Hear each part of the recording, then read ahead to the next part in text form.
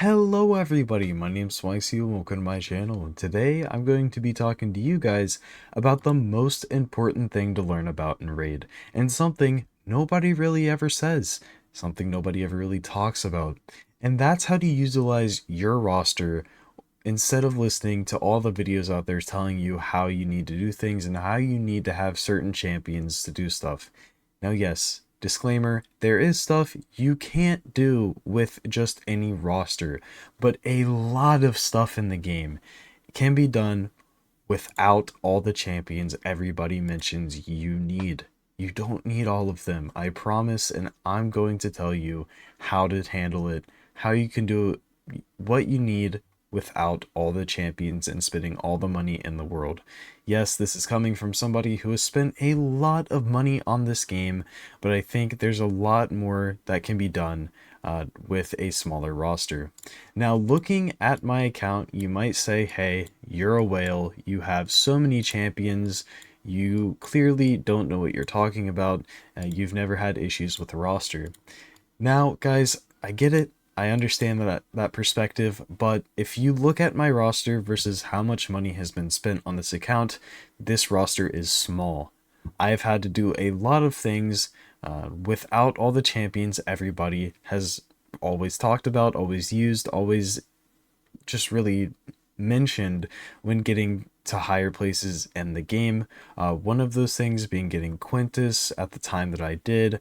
Another thing is just climbing through the ranks of many different things as quickly as I have as they've come out. So, let's go ahead and check out a few places where this can be a really big problem.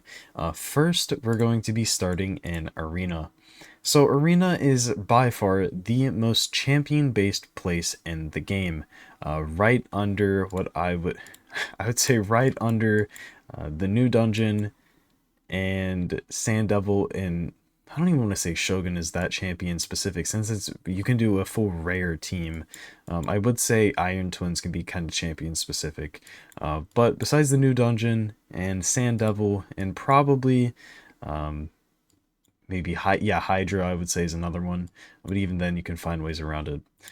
Arena is very high up on the list of most important places to have good champions in, but I'm here to tell you guys, you can climb very high, farm medals and gold 5, no problem, without an amazing roster, using almost only free-to-play champions and ones that almost anybody has, as long as you've been playing the game for an okay amount of time.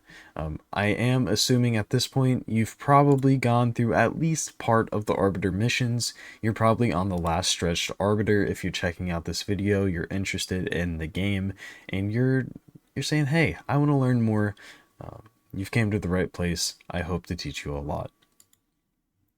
So you're at this area, you're saying, hey, I really need to get a Great Hall level 10. I don't have mine maxed out yet. It's just I've been a slacker for a long time, haven't done that much arena recently, but you need to get there, and let's see who you have and what you can do with it. One of the things you often need in arena is a speed booster. Now everybody should, unless you fed her, have High Katoon. High Katoon is going to take place of the Arbiter that you often would need for these things. You also need somebody to buff your damage dealer. Often that damage dealer is going to be an attack-based damage dealer. In this case, you can go to a farmable rare being Spirit Host. Hey, now I need a decreased defense. I need something to help me do more damage. You can do War Maiden, and then you could also use Kale as your nuker. That is the most basic way of farming medals. Now, let's say you're not doing well in arena with that, you can't farm that high up with that. Well, now it's time to look at different ways to take this on. So I'm going to assume at this point you've probably used the Wukong, sign-in code. You probably have Wukong.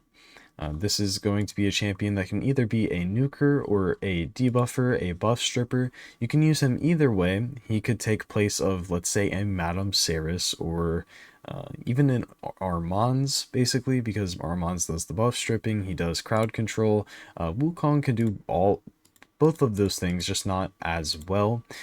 You could also use him as your nuker, of course. I mean, he is an amazing nuker. You could also be using Apothecary for your speed boosting, because you do have the speed lead taken care of. Now you can use Apothecary for your speed boosting. Maybe you're using Tayrel or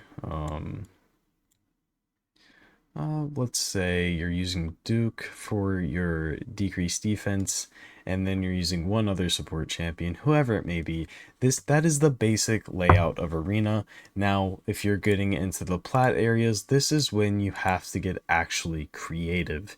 This is when you have to say, hey, I have these random legendaries and I need to do something unique. I need to do something that not that many people did. Now, I'm going to use myself as an example here. I can't give all the combinations possible of you have this champion, this champion, this champion. But what I had done and what I did when I got my platinum icon is I utilized a new-ish champion, being Xena, in place of my normal team being this with, I believe it was Mithrala at the end. I took this stall-ish team, which would normally be very beatable, and then threw in somebody who completely counters the way to counter my team, being Xena. So I took a stall team, threw a speed cut and champion that people weren't too familiar with yet, something a bit more unique, and I still don't think that many people acknowledge Xena as much as they should. I then ended up having a decent win rate in my defense and got into plat just fine, got my icon, and walked out.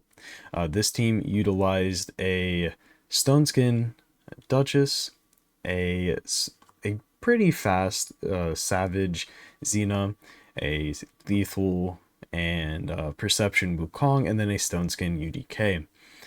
How is this team? You might probably what you're thinking is, how is this team unique? What made this me going out of my way to make this just working with what I had to fight in the highest place of Arena? So at this time, the most used defense was looking something like this. We were seeing a lot of Marichka, Siphi, Harima, and Taras everywhere. If it wasn't Harima, it was some other champion, probably a warlord or something. Actually, no, I think this was the most used defense, which was Marichka, Siphi, double Taras, or replace the Taras with the UDK. At the time, that was extremely common and something that was pretty hard for most people to take out. And so they were seeing my defense and saying, hey, that looks really easy. I don't see these champions often. And they were attacking them with a Siphi. Often is people's fastest champion.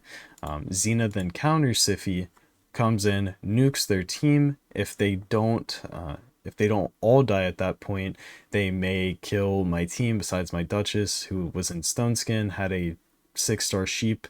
They try to strip her. They get sheep and stuff. And it's just all the synergy within the team working together to go against the meta. Now, Arena is the hardest place to show this. It's the hardest place to say, hey, this is what you can work with, and this is how you can do it. But this is just my example of how I did it and the way that I found works for me. Now, out of the most complicated area of the game, let's move on to Hydra, a place where a lot of people actually take this "I don't have that many champions" to heart and make something work.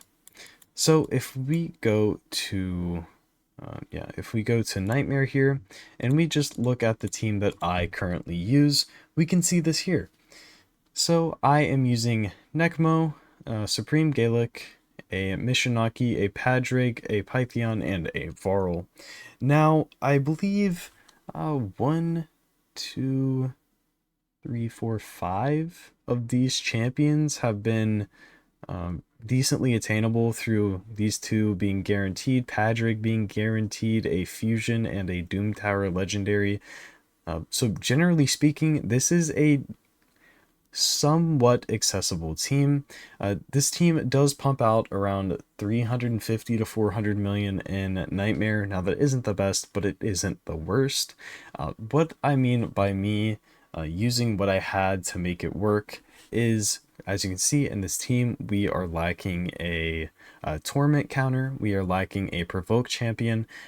Two of the most important things in all of Hydra. So in this team, I'm actually running my Necmo in Provoke. This then takes out the issue of the Head of Decay. I also then nullified the issue of Torment counter by Supreme Gaelix passive, Padric's Cleanse, and Pythion's Cleanse. Now this team also has issues with survivability. We do have a lot of decreased attack consistently. We have increased defense and stuff through onto our defense champion. But one thing I did, and we can go look at his build, is I put Python into Guardian. I also have him in Stone Skin, so I can use him outside of just the Hydra. This makes him somewhat usable in Arena. Just have him in Stone Skin, just the set alone makes it okay.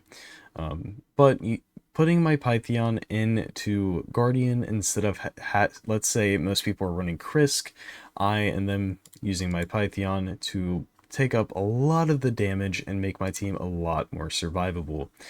Outside of that, like I mentioned, we are also using the Necmo in a Provoke set, and overall the builds just come together to synergize. And that's the biggest thing, I think, with this idea of just putting together what you have to make it work, is building synergy within your team and having a reason for everything within your team. Not just because you like a champion, but because it is important to make sure every champion works well together. Now, let's head on over to dungeons where I think this is the most applicable. Hydra does have a lot of good examples, but it's still, yes, I need somebody who can put out a crap ton of damage, which in that situation would have been my Varl and my Michi. And let's head on over to Spider. So Spider is probably the first dungeon where most people have to figure out a special way of doing things. And for me, a very, very long time ago, and I'm not sure I still even have one of the champions. Let's see here. No, I don't.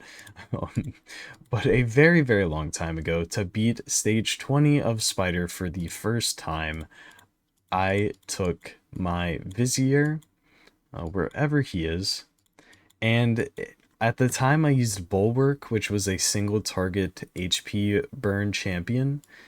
So for now, let's just say Geomancer. Now, obviously Geo is much better than Bulwark, but it's the single target HP burn I'm talking about. I then used Vizier to AoE spread that HP burn, and then used one or two Cold Hearts to just keep the turn meter down off the Spider boss, do some damage, and worked my way around it. That's the type of team building, that's the type of outside the box thinking you need to have if you're not spending much money, if you're not getting very lucky, if you're just trying to get around a roadblock that isn't all that accessible to you. One of those big things right now for a lot of people is Fire Knight Hard. Fire Knight Hard is one of those dungeons that everybody says, hey, you absolutely... What is this team? I don't know what this is for. Oh, okay, never mind. Yes, I do. It was for the 10 simultaneous debuffs. Anyways, so this is one of the dungeons, probably the most mentioned dungeon when it comes to, I don't have the champions for this, I can't do it at all to get past A or B mission. And there's a lot of ways around the general conventions of fighting this boss. And that's either going to be your shields, that could be heal reduction, that could be just a crap ton of multi-hits to try to get around the shield itself, but there's plenty of ways to get around it, and let's look at a few of them. So when it comes to Fire Knight hard, usually even getting past stage 1 can be difficult. And with champions that you probably have, at least hopefully you have, you can easily get through stage 1. Stage 1 should not be a problem for most players in the situation of, hey, I just can't get into it. I beat stage 25, but stage hard 1 is too much for me. Rhonda is a great option for this. She's a champion that most people, if you're at stage 25 of Fire Knight, you probably have her. She comes in here and does a fantastic job. A crap ton of hits on her A1 and her A2. She should be great for you. And then we have a Fat Man. Now, Fat Man, not everybody has him, but hopefully you have an ally attack of some sort. This could be a legendary. It could be him. But regardless of who it is, any ally attack champion will work. Then we have Coldheart. Coldheart being a rare, I hope everybody who's watching this video has her. She's amazing and a champion that carries basically any dungeon in the game, no problem. She has a bunch of multi-hits, just synergizes along with the Rhonda and Fat Man in taking down the shield. At this point, you shouldn't have an issue with the shield. Now it should just be survivability and trying to live, because this boss hits freaking hard, guys. It isn't like, oh, it's just I can't keep the turn meter down. No, it's that he hits insanely hard. So you're going to need to bring probably a Mithrala or something similar, somebody who can put up shields, maybe cleanse and things. And then you also need a you either need a extra shielder, a healer, a reviver, something else, maybe another ally attack, maybe a counter attack. That counter attack could even be everybody's favorite. Where even is he? There he is. Could be Skull Crusher. This is one of the basic ways I've taught people to get around this boss. Another way is one that I saw from Bronco, I believe, was he took in Shamel with Lightsworn. Now, I don't know if I have a Lightsworn. Let me double check. If I do, he probably isn't leveled. I don't think I have a Lightsworn. Let's double check. 5-star. No, okay. So I don't have a Lightsworn, but for this example, let's just say Runekeeper Dazdurk is a, let's just say he's a Lightsworn. So what Bronco had shown was, okay, I have Shamel, a champion who does a whole lot of counter attacks off of this passive. Then I have the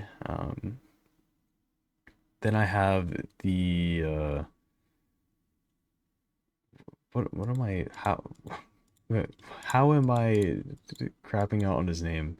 Lightsworn. I have the Lightsworn who's putting up the Revive on Death and increased defense on everybody.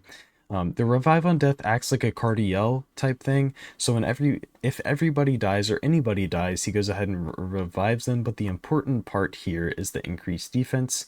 Lightsworn is putting up that increased defense. He also has a triple hitter A1, but that increased defense is then going to allow for the use of a blessing called Faultless Defense, which whenever an enemy attacks an ally under increased defense buff, placed by this champion, reflects a portion of that damage back onto the attacker. Every single hit that goes onto this counts as a hit onto the Fire Knight shield. So immediately you're taking that's going to be 5 hits, and then on top of those 5 hits, you're going to be getting the Shamel passive of a hit per debuff. Now, the Fire Knight, when he does his first set of hits, he's going to be putting up decreased defense and decreased speed on all enemies, and that is going to be a total of 10 debuffs, a total of 10 debuffs is another 10 counterattacks, so a total of 15 hits straight up off the bat on the first hit the boss does.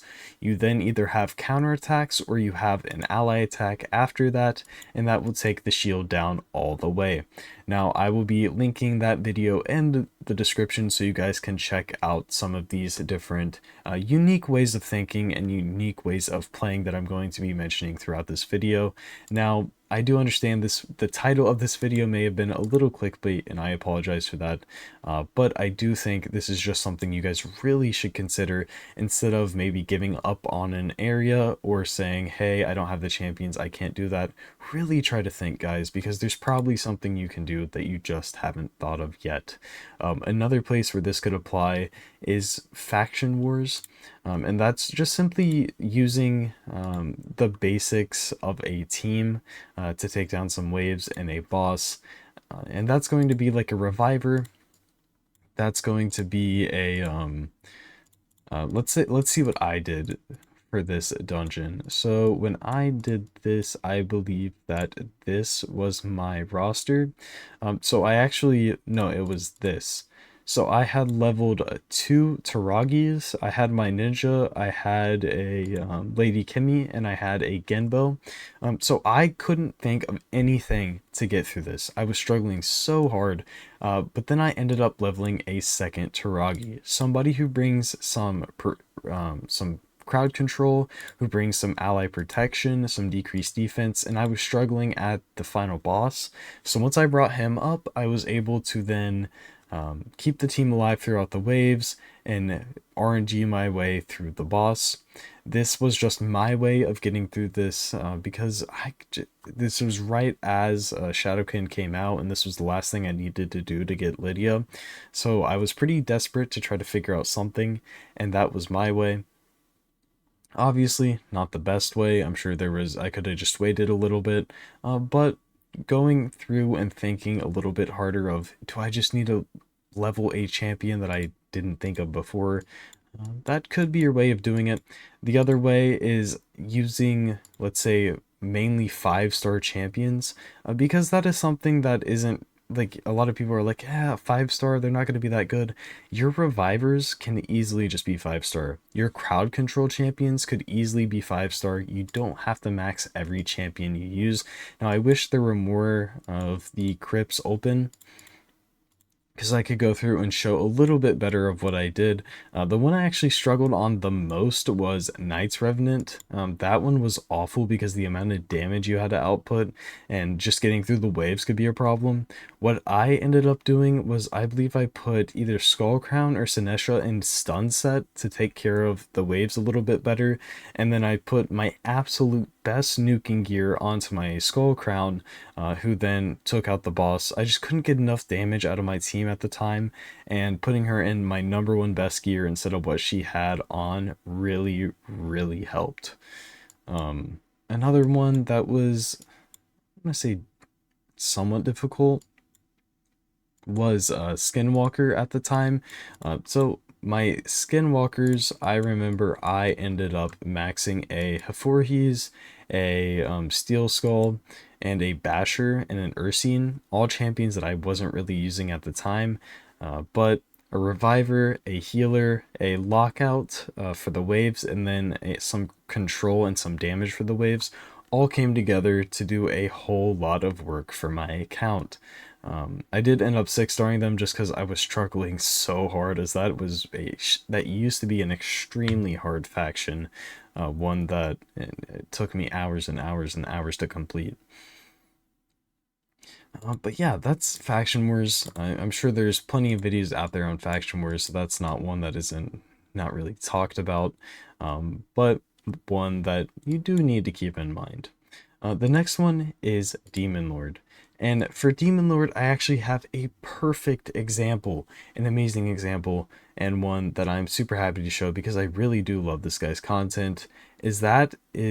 Tracks on Sundays clan boss team.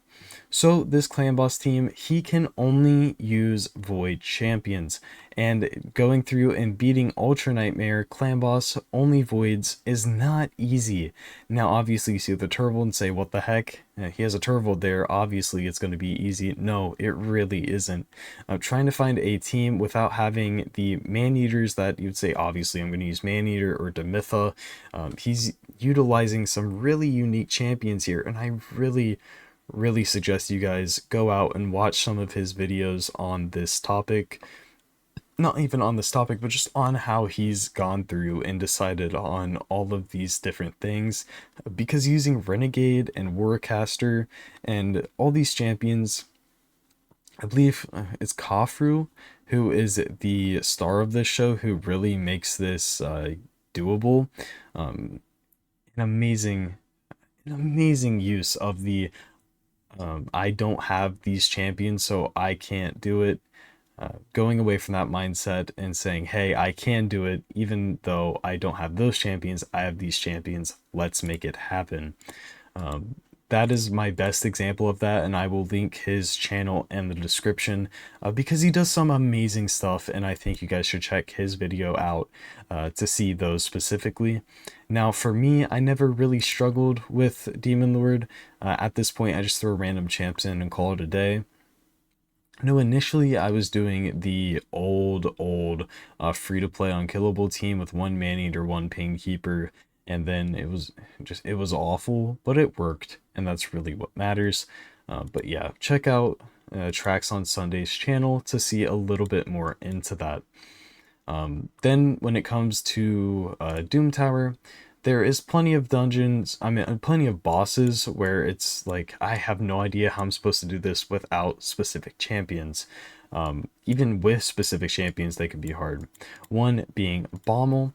So Bommal is he's just annoying, really. That's all he is. He places all the bombs and just kills you. Now, he isn't that hard of a boss once you have the champions, but if you don't, he's insanely difficult. And here is a few ways of going around that. One is going to be the Lady Annabelle solo. There is also the, who is the champion, Crimson Helm solo. That's one way of doing it. Another way of doing it is bombs. Now, bombs are insanely strong against Bommal because of his passive.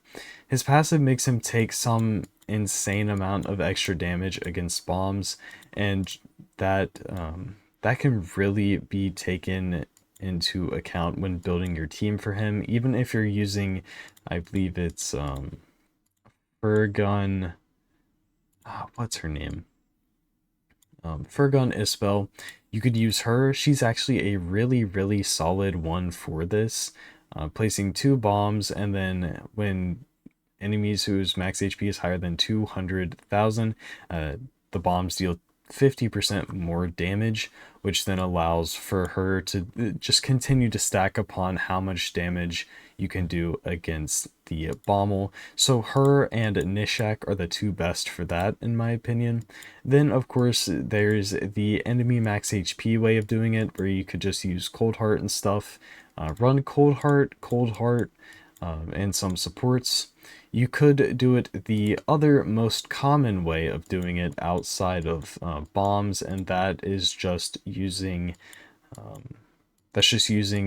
Geomancer.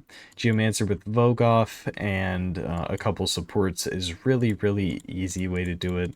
Now, Geomancer is one that you see all the time. If you don't have Geomancer, I don't have the best solution for a similar team to him, just because of how much damage he does. You could surround a bomb champion with a bunch of supports like Geo, but I wouldn't exactly recommend doing that. Another thing you could do is surrounding a nuker of some sort, let's say a Cold Heart. You could take a Cold Heart. Do I have? Yep, there's one. A Cold Heart, then a Freeze champion, actually. So one of the better Freeze champions right now, one that a lot of people have, and one that's actually good affinity for this. I believe he is in my vault. I forget which affinity he is. Yeah, Neldor. So Neldor is the proper affinity for this, and his A1 should make this decently easy to do. You just use his A1 and freeze the side add bombs. Once you have him to freeze the side adds, then you can make the side add bombs do a lot less damage. Then you can throw in, let's say, your Mithrala, your Ancora, and your Pythion, and call it a day there. Then you're just nuking out the boss, maybe placing some poisons with Mithrala, cleansing off any of the extra debuffs outside of the guaranteed bombs, and calling it a day. Obviously, I can't give you every single type of way of doing it, but you could also use RTAC and just putting out AoE HP burns, activating them. That is another way of doing it, but not one that's as common, but it's definitely an option.